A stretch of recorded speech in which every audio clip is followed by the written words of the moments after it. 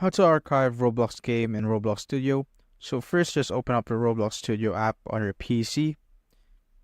So I have mine right here. I'll just wait for it to load.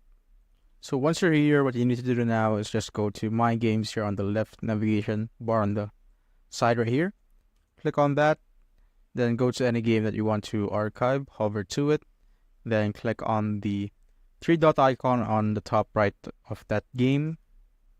As you can see here at the bottom of the menu, it says archive. Simply click on that. As you can see, archive the game. And if you click on the archive menu here on the left side, it will bring you to the game that you archived earlier. And to restore it and bring it back here on the game section, you simply need to click on the three dot icon again and click on restore. And it will automatically go back here on the menu. And that's how I basically archive a game in Roblox Studio.